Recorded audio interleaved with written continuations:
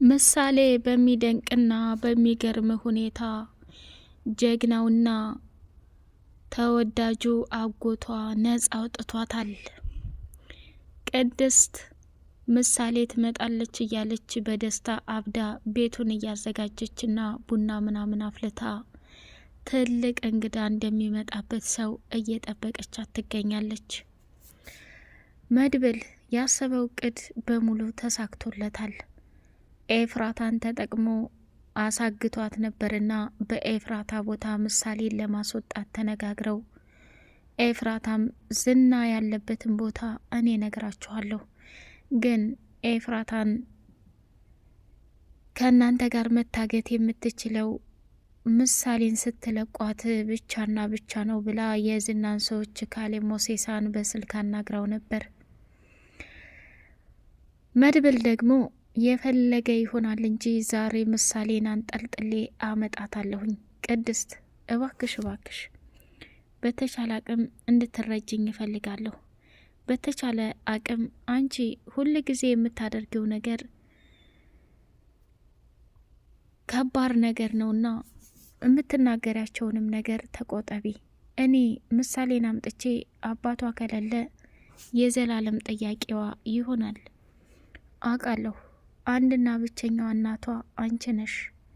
ምሳሌንም ደግሞ በጣም እንደምትወጃትና እንደምትሳሽላት ተረድቻለሁ። ይህ ሳለ አንቺ ማገናዘብ ስትችይ ነው።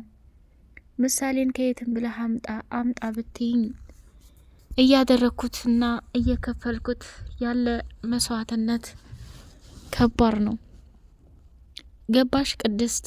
ዝና ማለት የማይቻልና ኃይለኛ ሰው ነው። እኔ ደግሞ ብቻዬን ነኝ። ስለዚህ ነገሮችን ቀስ ብዬ አስተካክዬ እስከማመጣልሽ ድረስ ታገሽ ብሏት ነበር።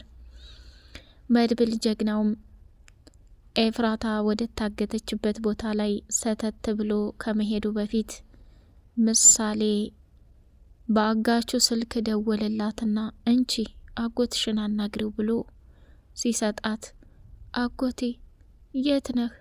ምን ላይ ነህ? ምሳሌ እንዳታስቢ የኔ ጀግና ልጅ፣ እኔ አጎትሽ እየበረርኩ መጣልሻለሁ፣ ማንም ምንም አያደርግሽም፣ ቃል እገባልሻለሁ ብሎ ነገራት።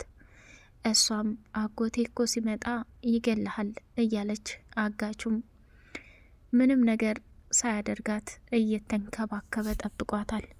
መጨረሻ ላይ ስልኩ ከተዘጋ በኋላ ምሳሌ ያጎሩባት ክፍል በሩ በኃይለኛው ሲቆረቆር ምሳሌና አጋቹ ደንግጠው ፈጥጥ ብለው ቀሩ።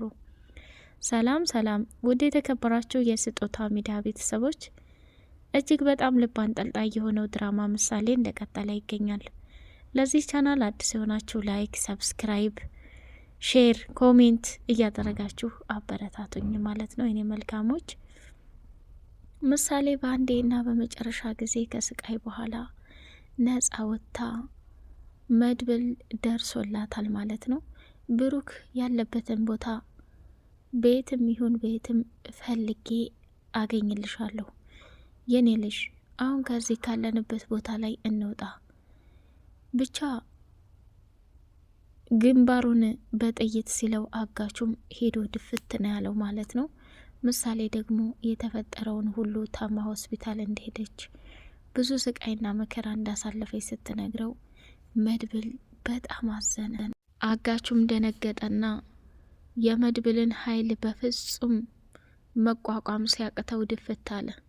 አጎቴ እባክህ እባክህ ምንም ነገር አታድርገው፣ ብቻ ብዙ ክፉና መጥፎ ነገርን አይቻለሁ። ቢሆንም አሁን እኮ በሰላም አገኝታኛል፣ ስለዚህ ምንም አታስብ እያለች አለችው። ከዛ በመጨረሻ እሽ አንቺ ካልሽ ችግር የለውም።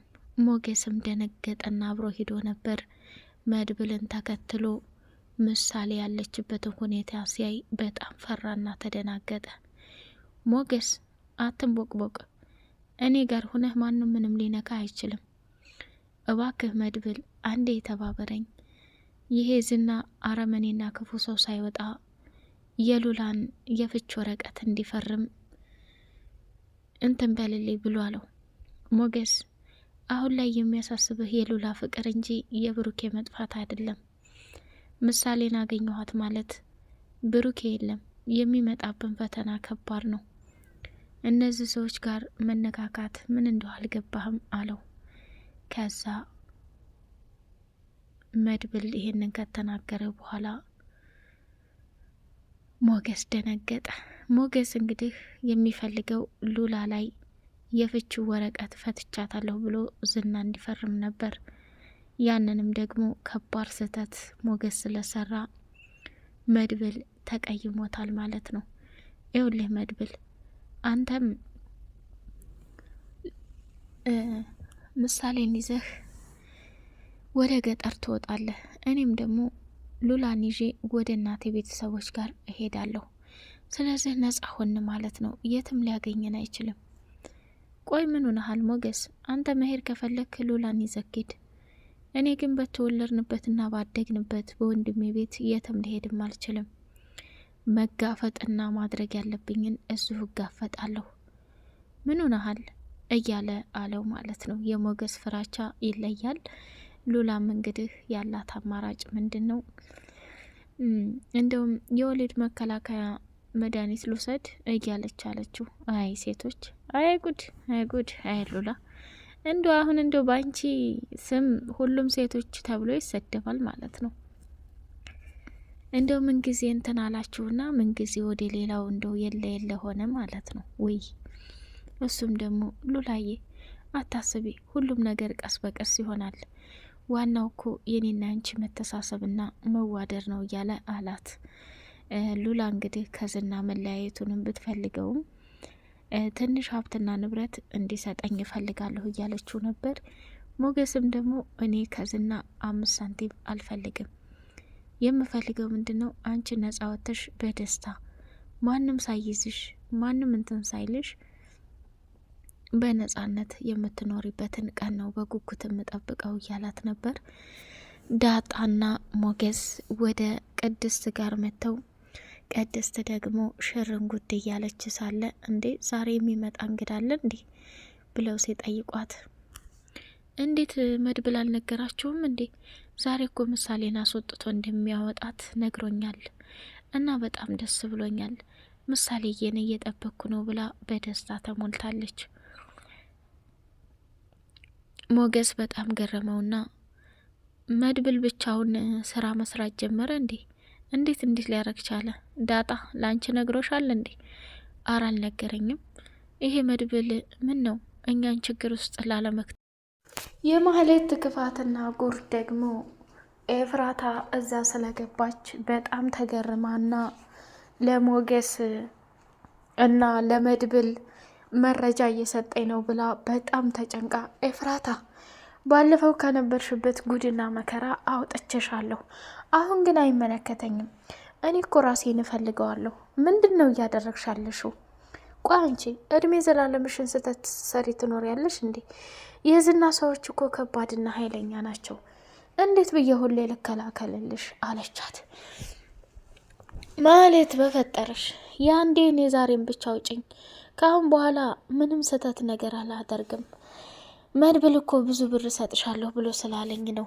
እና ዝናንም ቢሆን የታገብተበትንና ያለበትን ቦታ በፍጹም አላቅም አለቻት። ከዛ ተገረመችና የራስሽ ጉዳይ፣ አሁንስ ሞትሽን እያፋጠንሽው ነው ያለሽው። ብትፈልጊ ለመድብል ሁኚ፣ ብትፈልጊ ዝና ያለበትን ቦታ መጠቆም ትቻያለሽ። እኔ እኮ ራሴን በነጻነት መኖር እፈልጋለሁ ብላ አለቻት። ማህሌትም ከዛ ቦታ ትታት ሄደች። ኤፍራታም የምትገባበት ግራ ገባት። ታይ ማህሌት ታይ፣ ትተሸኝ አትሄጂ። እኔ ካሁን በኋላ ብቻዬን መኖር ነው የምፈልገው፣ በቃ ነጻነት ነው መኖር የምፈልገው እያለች አለቻት። ማህሌትም ወደ ካፌ ሄደችና ዝናም እንድታገተ ቀረ። ያሳዝናል። ብሩኬም ጠፋ። አሁን እኔ ገንዘብ ከየት ነው የማገኘው? እድሜ ልኬንማ በድህነት እኔ ማህሌት ልኖር አልችልም። ስለዚህ የሆነ ነገር ማድረግ አለብኝ ብላ ወሰነች። ይሄ ካሌብ ሞሴሳ የሚባል ሰውዬ ደግሞ ፍቅር የሚባል ነገር አይገባውም መሰል። ማህሌት እኮ እንደዛ አልነበርሽም። አሁን ኤፍራታም ያስጠጋችኝና የወደደችኝ ገንዘብ ስለምሰጣት ነው። እኔ ገንዘብ መስጠቴን ካቆምኩ ማን ሰው ብሎ ይቀበለኛል? ወይኔ ማህሌት መጨረሻ ይሄ ይሁን እያለች መቃጠል ጀመረች። አስቀድመሽ ነበር እንትን ማለት ብሩኬን የመሰለ ጀግናና ብሩኬን የመሰለ ባል እንደዚህ እንድትሆኝ እሱም እንደዛ እንዲሆን ያደረግሽው አንቺ ብቻና ብቻ ነሽ። እንግዲህ ማህሌት እያደረገች ያለው ነገር በጣም በጣም መስዋዕትነትና ዋጋ እየከፈለችበት ነው። ቅድስት በመጨረሻ ደላላው መጣና ስለ ስራ እና ሴትና ወንድ ትዳር ምናምን እያለ ብዙ ነገር ያወራል። ያንን ነገር ስታዳምጥ በጣም ተገረመችና እኔ ምልሽ ጩጮዋሳ ዛሬ ትመጣለች እንዴ? አዎ ዛሬ ትመጣለች። በጣም ደስ ብሎኛል። አባቷም እኮ እንደጠፋ ነው። ቆይ አንተ የጠፋ ሰው አገናኛለሁ አላልክም ነበር እንዴ? ውሸትህን ነው እንዴ? ብላለችው። ከዛ እና ታዲያ ይህንንማ ብዬ ኮሚሽን ከከፈልሽኝ ሁሉንም ነገር አደርግልሻለሁ አለና የፈጣሪን ውሃ ካገኘሁኝ ምን አደርጋለሁ አለና ውሃውን ይዞ ሄደ ማለት ነው። ቅድስትም በጣም ተገረመች። አስሬ ስልክ ስለሚያወራ ስለሚለፈልፍ የደላላ ነገር ተረድተዋለች ማለት ነው። ዳጣና ሞገስ መድብል ባደረገው ነገር በጣም ተገርመዋል ማለት ነው። ውድ የተከበራችሁ የተወደዳችሁ የስጦታ ሚዲያ ቤተሰቦች የምሳሌ ድራማ ይሄንን ይመስላል። ቻናሉን ላይክ፣ ሰብስክራይብ እያደረጋችሁ አበረታቱኝ።